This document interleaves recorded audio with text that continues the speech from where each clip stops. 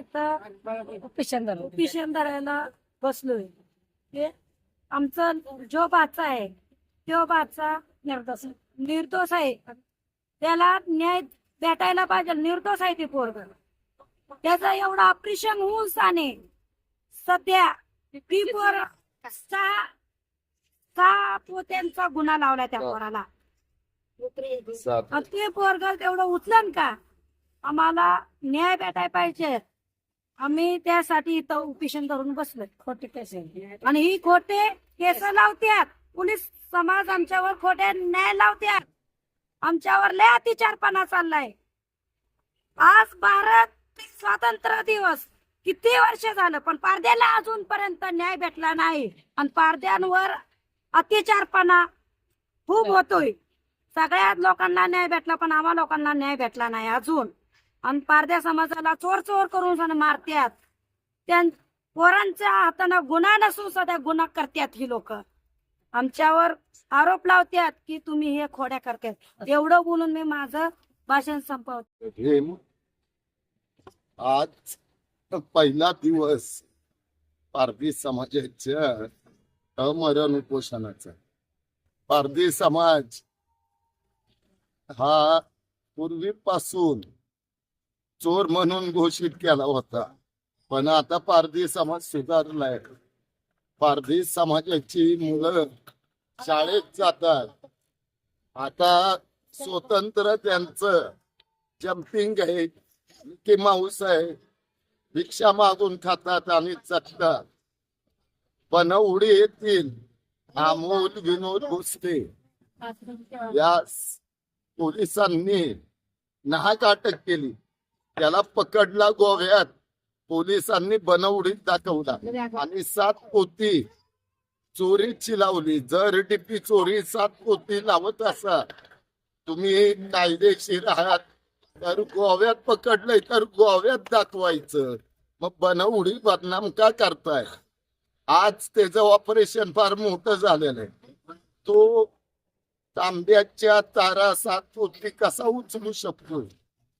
पोलिसांनी पंचनामा झाला होता का? पोलिसांनी पाटलाला सूचना दिल्या होत्या का? जर पंच असतील तर पंच हे कोण होते ते कायदेशीर दाखवावं. आणि तुम्ही पाटलाला सांगितलं होतं का आम्ही बनवडीत असा मुद्देमाल हस्तगत करायला येतोय? कारण पोलीस पाटील हा दुसरा अंग असतो पोलिसांचा. ज्या वेळेस कुठेही तुम्ही जाता गावच्या पाटलाला पहिलं सांगता. आज बनवडीत किंवा कुठल्याही ठिकाणी गेला तुम्ही तर गावच्या पाटलाला पहिली सूचना देता.